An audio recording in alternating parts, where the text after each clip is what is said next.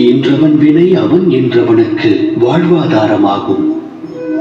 குரோதம், பழிவாங்கும் உணர்வு இவை விளையும் இன்னல்களுக்கு அஸ்திவாரமாகும். தாய் தந்தையர் சந்ததியர் வாழ்வில் சந்தோஷம் சங்கமிக்க எண்ணுவர். ஆனால் சந்ததியர் வாழ்வு ஈன்றோர் கர்மத்தை அடிப்படையாக கொண்டது. அமிர்தத்தை வழங்க எண்ணலாம். அடிப்படை விதி தவறினால் அது ஆலகால விஷமாகும்.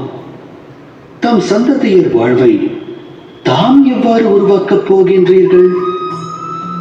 சந்ததியருக்கு ஆஸ்தியையும் அந்தஸ்தையும் ஞானத்தையும் வழங்கியிருப்பீர்கள். ஆனால் நல்லவை கெட்டவைகளை பகுத்தறியும் அறிவையும் புகட்டியுள்ளீர்களா? அவ்வறிவல்லவா சந்ததியின் கர்மத்திற்கு அடிப்படை.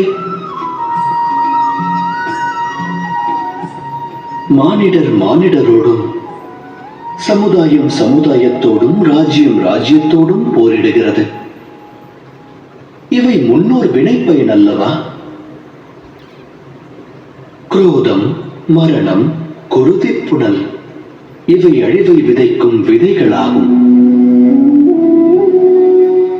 அதை விதைத்தால் தாய் தந்தையர் சந்ததியருக்கு ஜனனத்தோடு மரணத்தையும் பரிசளிப்பதாகிவிடும்.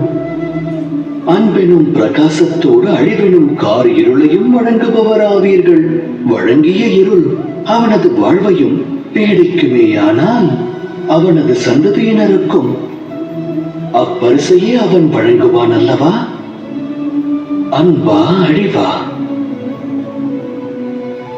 சிந்தித்து செயலாற்றுங்கள்.